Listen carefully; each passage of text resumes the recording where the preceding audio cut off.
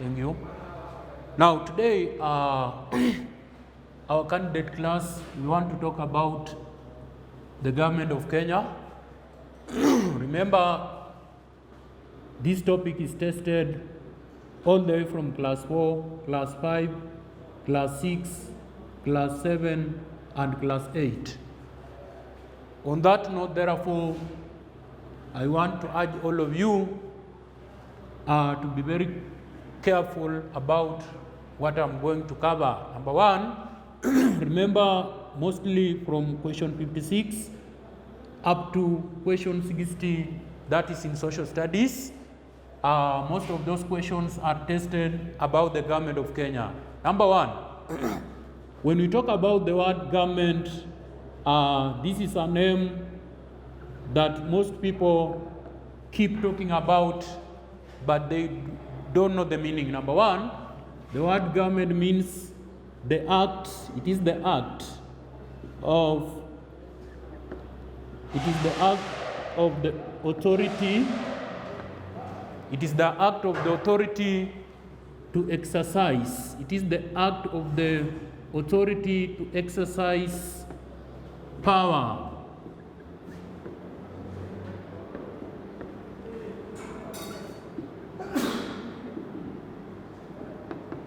We are saying that the government is the act of the authority to exercise power over subjects. In this case, the authority, this refers to the people who are in power, or rather those who are ruling us, or rather the rulers. Then the subjects are the people, we, the common people, rather the common mwananchi or the common wananchi. So, in short, this is the meaning of the word government.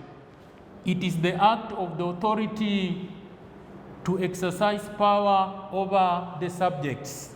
In this case, authority refers to the rulers, those who are in power, whereas the subjects are the people or the common wananchi.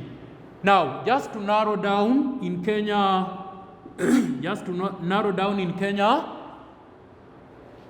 in Kenya, there are two centers of power, whereby we have the national government. So number one, we have the national government, which is also called it is also called the central government. It's also called the central government. Then number two, we have what you call the county governments, which are also called the devolved. They are also called devolved governments, or they are also called decentralized governments. Also called decentralized governments. Now, on that note, therefore, when you talk about the national or the central government, this one is headed by the President of the Republic of Kenya. Then number two, we have the county or the devolved or the decentralized governments. Of course, in Kenya we know that we have 47 devolved units. These ones are led by their respective governors. That means that the chief executive officers of these county governments or devolved governments are headed by people who are called governors. Of course, we have 47 governors. Reason Kenya is divided into 47 counties or devolved units. Now, today, I want mainly to talk about the national or central government. So number one, we shall look at the national or central government.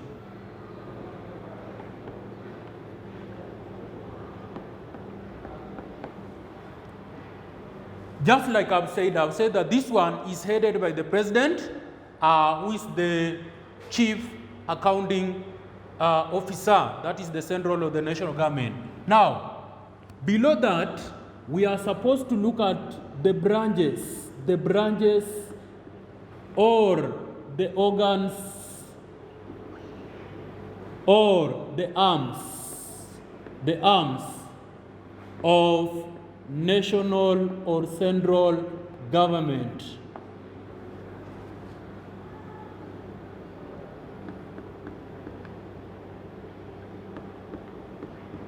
So the subheading below that, we shall talk about the branches or the organs of the arms of the national government. Number one, I want to state here that in Kenya, there are 3 arms, or rather 3 organs or branches of the national government, whereby, number one, we have what we call the executive. We have what we call the executive. Then number 2, we have what we call the parliament. We have what we call the parliament.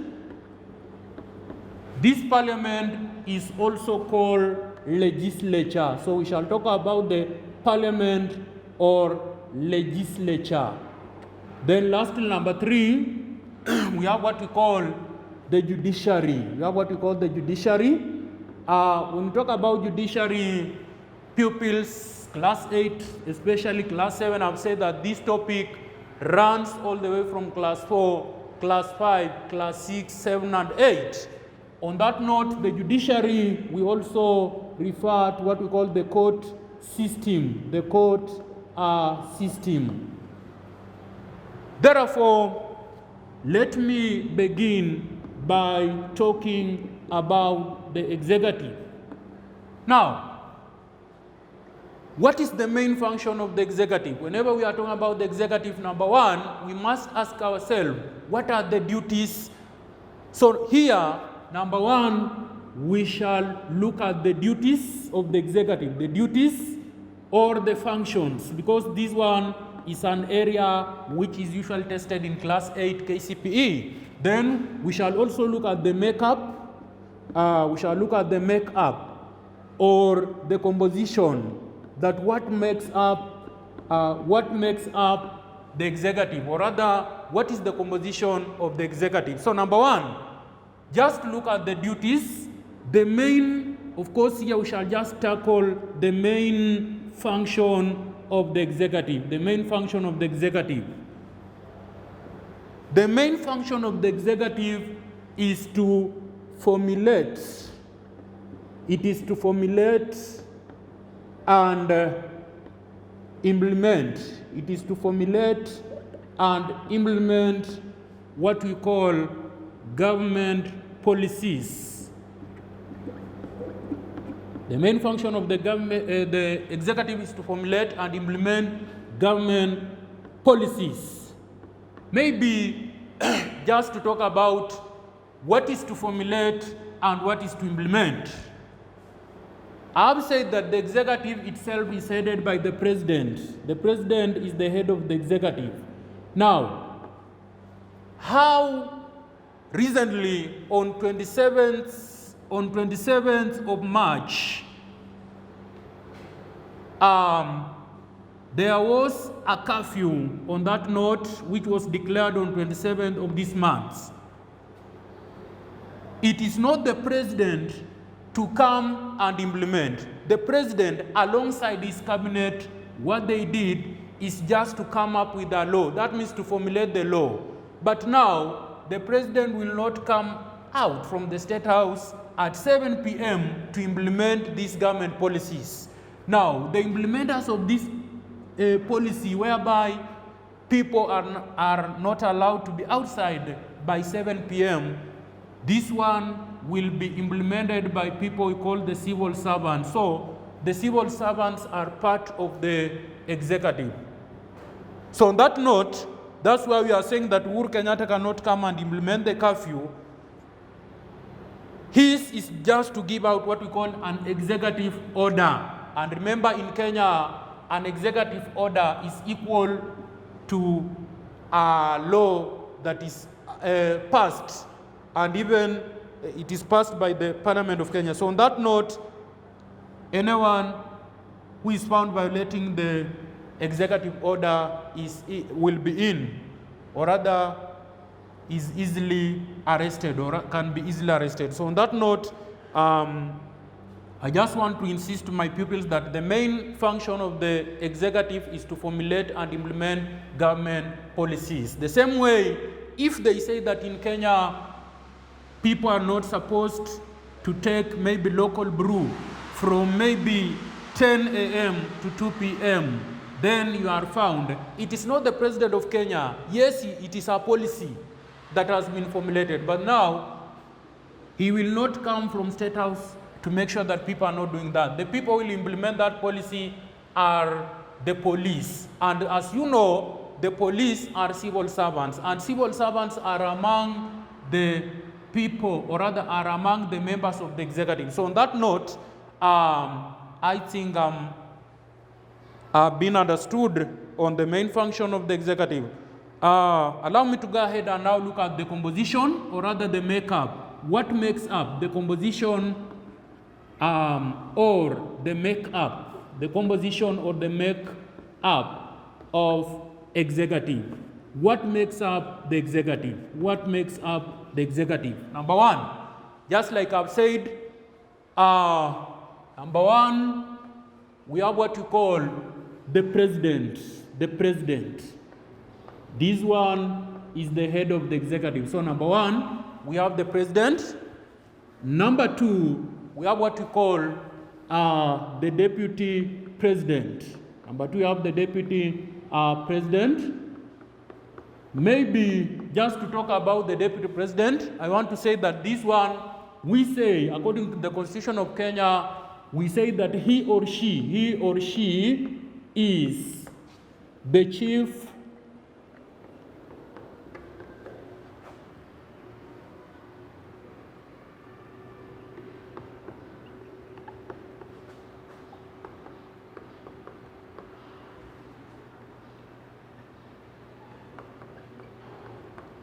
So, according to the Constitution of Kenya that was passed on 27th, on 4th of March 2010 and promulgated on 27th March the same year, we were told that the deputy president is he or she is the chief assistant to the president. Now, some are asking, why is the teacher using he or she? I want to state here, the Constitution of Kenya is very clear. Whether you are male or female, you can become the President of the Republic of Kenya, because we know Chapter 1 simply says that power lies in the hands of people. So on that note, whether male or female, you can go ahead and become the President of Kenya. On that note, why am I saying that the deputy president, he or she is the chief assistant to the president? For example, right now we are in 2020, and we know elections in Kenya are supposed to be held on 2nd of Tuesday. The 2nd of Tuesday, August, or rather in the month of August 2022. So by bad luck, God forbid, if our beloved President Uhuru Kenyatta maybe resigns, or maybe by bad luck, maybe something happens, then he says, I no longer need, or rather I no longer want to stay in this office. What will happen here is that the Deputy President of Kenya, who is William Ruto, will take over until 2022, when elections shall be held. That's why I've said he or she is the chief assistant to the president. Therefore, there will be no power vacuum in Kenya in case anything happens to our beloved president. So, number three, we have what we call the Cabinet Secretaries. The Cabinet Secretaries, we have people we call the Cabinet Secretaries. For example, according, you know, Kenya is a country which is ruled by the Constitution. It is not a banana republic.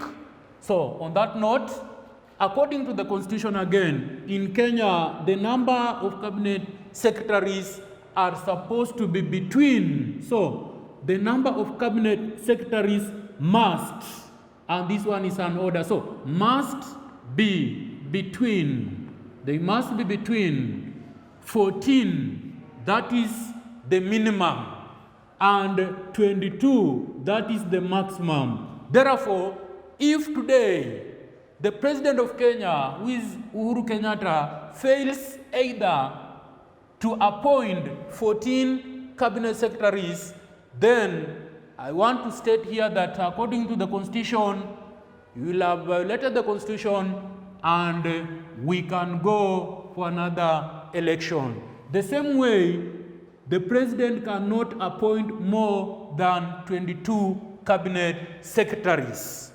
So I have said that the cabinet secretaries must be between 14 and 22, must be between 14 and 22 members.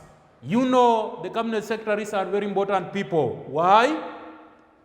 These are the people whom the president depends on to implement most of his government policies. But that one, we shall look at it later when we shall be looking at the roles of some of the senior civil servants. So on that note, number 4, we also have people we call the principal secretaries. We have people whom we call the principal secretaries.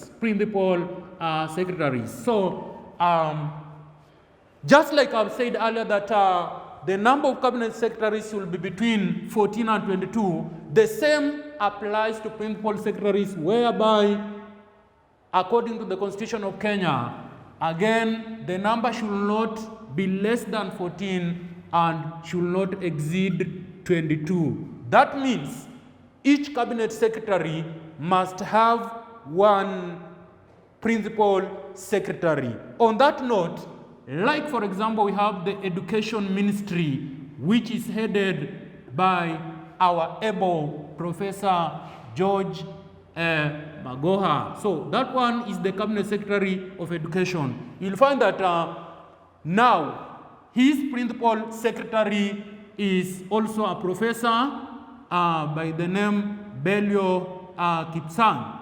On that note, there is no way Professor Magoha can go ahead and carry out educational policies without working hand in hand with the principal secretary. Therefore, one important thing about the principal secretary, and this one is also a question that is normally tested in most of our examinations in class 8. I want to state here is that this is how they bring this question, that who is in charge of what we call a state department, who is in charge of a state department in Kenya, who is in charge of a state department in Kenya. Number 1, the candidates, I want to tell you, and even those that are in other classes, because I say that this topic traverses all the way from class 4, 5, 6, 7, and 8. Then, the State Department in Kenya, initially, when we had the old constitution, they were called ministries. But when the new constitution was promulgated on 27th March of 2010, 27th March of 2010, we no longer have ministries, but we have what we call state departments. So like in Kenya, we have several. We can say we have the State Department of Education. Now that education lies, all the primary schools, all the secondary schools, all colleges, all universities, they lie under the State Department of Education. So therefore, this is how the question is usually asked, that who is in charge of a State Department in Kenya? I want to tell you that the person in charge of a State Department in Kenya is none other than the Principal Secretary. And I've gone ahead and said that like in Kenya, the State Department of Education, the Cabinet Secretary is known as Professor George Magoha. Professor George Magoha, but now he doesn't work alone. Professor George Magoha. He does not work alone. His principal secretary is Professor Belio Kipsang. So these people, they work hand in hand to ensure that education matters in Kenya are dealt with accordingly. Therefore, allow me now to go ahead and look at number 5. Number 5, another member of the executive who is very crucial here. We have the person known as the Attorney General. The Attorney General is also a member of the executive. The Attorney General. The Attorney General of Kenya. Now, he or she, just like I've said, I'm using he or she. Reason, whether you are male, whether female, you can become the Attorney General of Kenya. That is according to the Constitution and not me. So on that note, therefore, I want to say that he or she is the chief. He or she is the chief legal advisor. He or she is the chief legal advisor. He or she is the chief legal advisor of the government.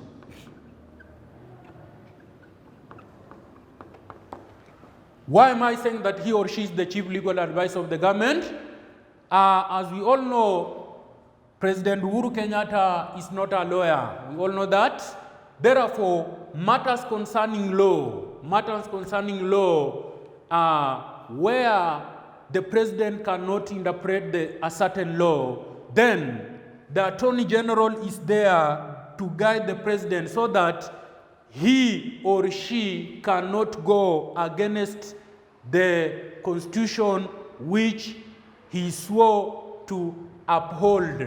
That means the rule of law. So that is why we have the Attorney General. Reason, he or she is the chief legal advisor of the government, meaning that he advises the government majorly on matters concerning law. And that law, we know the supreme law of Kenya is the Constitution of Kenya. So everything must be done according to the Constitution of Kenya. On that note, then lastly, we also have number 6. When we talk about number 6, we have people known as the civil servants. These people are very crucial. Just like I said earlier, the president alone cannot come to the ground and implement the government policies. The civil servants range from people like, mostly we talk about people like government workers, all the way from doctors. We have people like nurses. We have people like even teachers are civil servants, policemen, the Kenya Defense Forces, and what have you. So on that note, the civil servants also form the wider executive. And then lastly, we have, of course, this one is still under the civil servants, because when we talk about the head of civil service and secretary to the cabinet. So the head of civil service, the head of civil service and secretary to the cabinet. The head of civil service and secretary, the head of civil service and secretary to the cabinet. So to the pupils, maybe you are viewing me, I just want to tell you that the head of civil service and secretary to the cabinet, this one will just fall under civil servants, although he is the senior most civil servant, but we shall just group him or her under the civil servant. So on that note, I want to say that I'm done with the executive. Maybe if you have any point of, may I know, we shall come to that as we forge ahead. So on that note, allow me now to look at the second arm of government, which is the parliament or legislature. The parliament or legislature. So number 2, let's talk about the parliament or legislature. For those class, mostly, just like I've said, the learners from class 4 up to class 8, this topic, there is no single question paper ranging from KCP, even the revision papers, even the cards that can miss a question. More specifically, from question 50, between question 56 to question 60, if you come across a question paper without a question on government of Kenya, then that one is like an abnormal paper. So on that note, let us look at the parliament or legislature. Parliament or legislature. Parliament or legislature. Number 1, as you know, just like I said earlier, we shall look at the main duty or the main roles, main duties of parliament, duties or roles. Then from there, we shall look at the composition, which is the same as the makeup, the composition or the makeup or the composition. Then of course, we have the duties, we have the roles. So, number 1, let us look at the duties. And on this note, I want to emphasize on the main duty or on the main role of the Parliament of Kenya. So, number 1, the main function, or rather the duty or role, the main function or the duty or role of Parliament is to make. It is to make and amend. Making and amending laws where necessary. Making and amending laws where necessary. Of course, we have other roles like debating in participating in debates, passing a bill. There are several. Approving the declaration of the state of emergency, there are several. But the key role of any parliament all over the world is to make and amending laws where necessary, which is the same as legislating laws. That's why it is also called parliament or legislature. So on that note, we say that the key role of parliament is to make, and for those of you who are watching, kindly you can amend the words, you can underline the words amending laws. So they make the laws, and where they think that the laws are not in conformity with the Constitution, they go ahead and amend. Amending simply means to make and change laws where necessary. Or rather, we talk of to legislate. We also talk of to legislate laws. That's why it is also called legislature. Therefore, allow me now to go to the makeup or composition. So quickly, I'll go through the makeup. Now, when I talk about the makeup, I'm simply going to the members of parliament. And before I forget, there is no way I'll write the members before I mention this one important point, that the Parliament of Kenya is bicameral. The Parliament of Kenya is bicameral. Bicameral means that it is divided into two houses. It is divided into bicameral. That is, it is divided. It is divided into two houses. That is the first point, that at class 8, at class 7, class 6, and even up to class 4 should know. Divided into two houses. Number 1, we have what we call the House of Senate. So we have what we call the Senate. We have the Senate. Then number 2, we have what we call, before we go to number 2, the Senate is also called the upper house. It is also called the upper house. It is also called the upper house. Then number 2, we have what we call National Assembly. We have the National Assembly. The National Assembly is also known as the lower house. So we can stroke that with the lower house, the National Assembly or the lower house. Therefore, allow me just to go straight away and look at the Senate. So briefly, I just want to break down the members of the Senate as I forge ahead. So number one, we have the Senate, which of course I've said is also called the upper house. So number one, I will start by the key role of the Senate. So the main role or the main function, main role of Senate, the main role of the Senate, the main function of the Senate or the main role or duty is to protect. This one is also a tested question, that what is the main function of the Senate in Kenya? The main function of the Senate is to protect the interests of counties. So that is why I said at the beginning that Kenya is divided into 47 counties, all the way from Mombasa, which is the smallest, up to Marsabit, up to Lamu, Mandera, all those counties. Each county is represented by the Senate in the parliament, that is in the upper house, reason to protect their interests.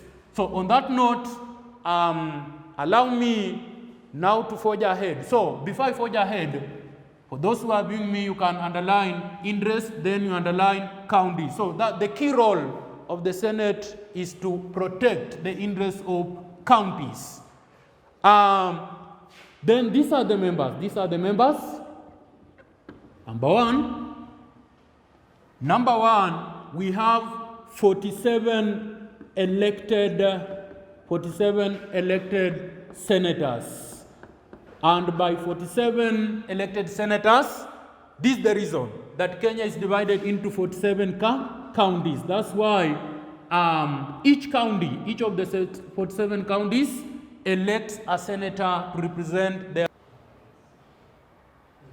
So for the pupils, I was saying that before I wind up the lesson, I was saying that most of you may be wondering, where did the teacher get 68 members?